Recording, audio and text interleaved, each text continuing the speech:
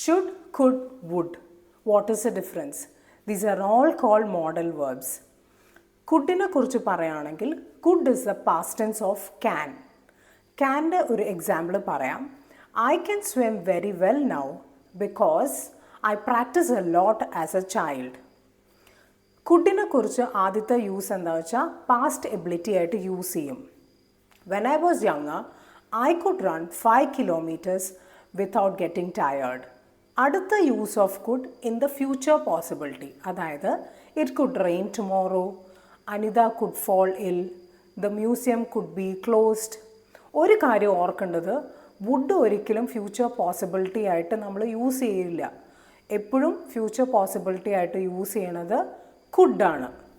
അടുത്തത് could is used four A polite request. For example, could I borrow your pen, could I go for A party, could you change the channel? We could use could for suggestion. For example, we could go for a movie tonight. We could travel to Paris. Woodine kurichu parayanengil would is the past tense of will. Willinte example parayanengil you will get him to study. Woodine kurichu parayumbolo pastile namukku certain aayirunnu adu angane sambhavikkunnu. I was sure I would get my reward. I knew you would get him to study. അടുത്തത് would is used in reported speech, അതായത് something she said in the past about a future event. She said she would help me with the project. അടുത്തത് would use ചെയ്യും for hypothetical solutions. അതായത് for example പറയുകയാണെങ്കിൽ if I were rich I would travel the world.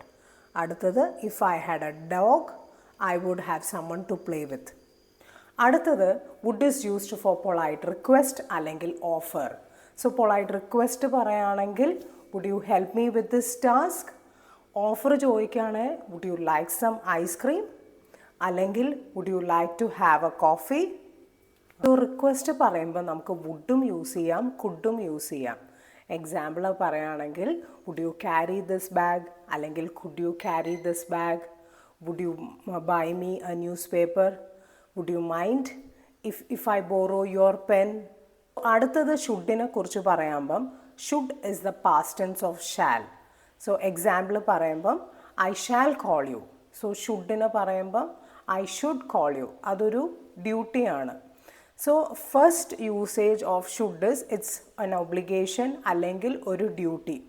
അതായത് you should reach home by 6 PM, അല്ലെങ്കിൽ you should pay tax to the government. അടുത്തത് should is used for advice. അതായത് you should eat more fruits, he should be very careful, you should go home now. അടുത്തത് should is used for expectation. For example, they should be here by now, or you can say Joe should be here by 2 PM. I hope this video is very useful for you all. ഇത് നിങ്ങളുടെ ഫ്രണ്ട്സിന് share ചെയ്യുക, like ചെയ്യുക, subscribe ചെയ്യുക. Should, would, could എല്ലാവർക്കും ഭയങ്കര ഒരു confusing ആയിട്ടുള്ളൊരു ടോപ്പിക്കാണ്. അപ്പം ഈ വീഡിയോയിൽ നിങ്ങൾക്ക് ക്ലിയർ ആയെന്ന് വിചാരിക്കണോ? കമൻറ്റ് ബോക്സിൽ മെൻഷൻ ചെയ്യണം അടുത്ത ടോപ്പിക്ക്.